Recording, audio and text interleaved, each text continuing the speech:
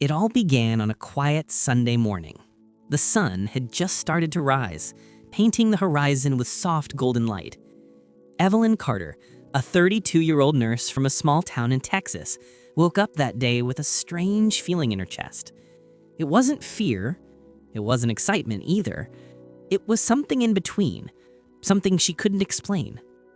She sat on the edge of her bed, hands wrapped around a cup of coffee, staring out the window.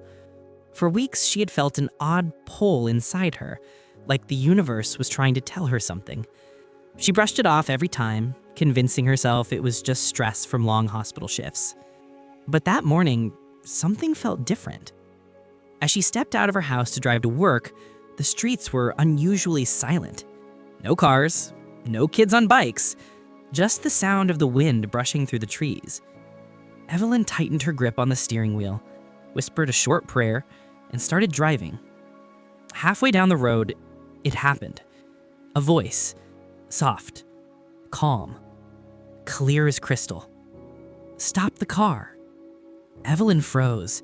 She glanced around, expecting someone to be standing outside her window, but there was no one. The road was empty. She shook her head. "I'm just tired," she whispered to herself. Then the voice came back, louder. "Stop! The car! Now!" This time, her heart slammed against her chest. She pulled the car to the side, trembling, unsure if she was losing her mind.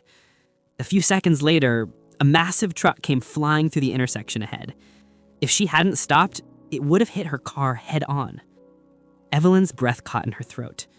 Her palms were wet, her heart pounded, tears welled up in her eyes.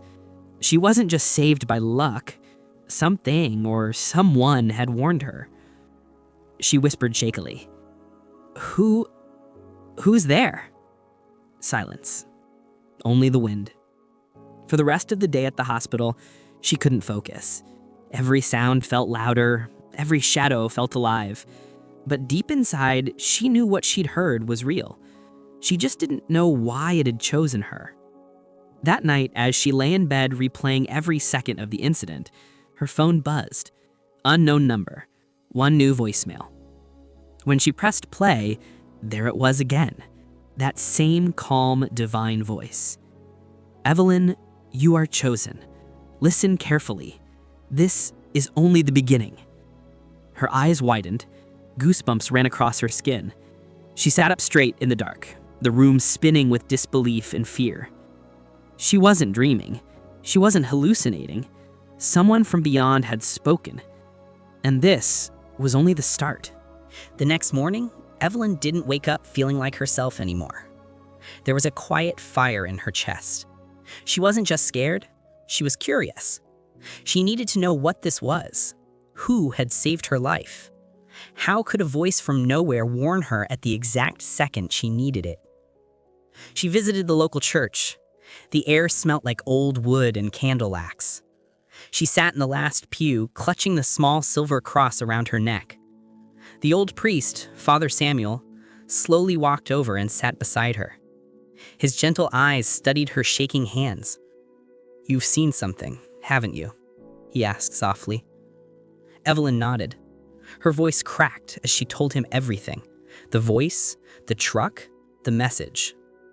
The priest didn't interrupt. He listened carefully, his eyes growing more intense with every word. "Evelyn," he finally said, "sometimes God speaks in ways the world can't explain. Angels aren't always seen. Sometimes they're heard." "But why me?" she asked, tears rolling down her cheeks. "I'm not a saint. I've done nothing special." The priest smiled faintly. "God doesn't choose the perfect. He chooses the willing." For the first time, Evelyn felt something she hadn't felt in years. Peace. But that peace didn't last long. That night, as rain lashed against her windows, the voice returned. "Go to the bridge at midnight." Her hands shook. Fear wrapped around her like a cold blanket. But something inside urged her to trust. She drove through the storm, headlights cutting through the thick fog. When she reached the old bridge, she saw a young boy, no older than 10, standing on the edge, soaked, trembling, ready to jump. "Hey," she shouted, running toward him. "Don't do this." The boy turned, his eyes wide with fear. Evelyn grabbed him just in time, pulling him to safety. The moment she did, the voice echoed through the air again, louder than ever. "You were meant to be here." Tears mixed with rain on her face as she held the boy tightly. She didn't need proof anymore. She was the proof. This voice wasn't haunting her, it was guiding her. But she had no idea what was coming next. In the weeks that followed, Evelyn's life completely changed. She began receiving more messages. Some came as whispers in the wind, some through her dreams, and sometimes through strangers who didn't even know her name. Each message led her to someone in desperate need, an old man who'd lost hope, a woman on the verge of giving up, a child crying alone at a bus stop. Every single time, the voice guided her with perfect timing. But the most powerful message came on a cold December night. She was alone in her car, parked near the lake, when everything went silent. No wind, no sound, no heartbeat. Then a brilliant light filled the sky, wrapping around her like warm gold. "Evelyn," the voice said, stronger than ever, "you have carried hope to those who were lost. Now listen closely. My final message is not for you alone. It is for the world." Her eyes filled with tears as she whispered, "I'm listening.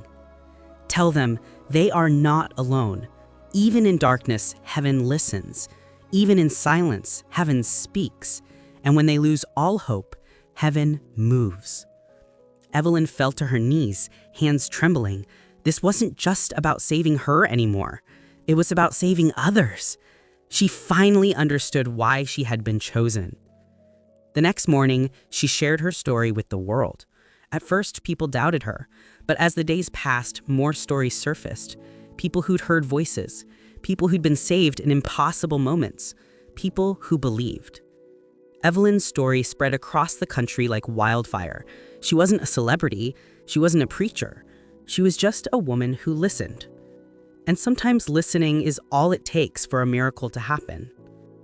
"This is not the end," the voice whispered one last time. "This is the beginning."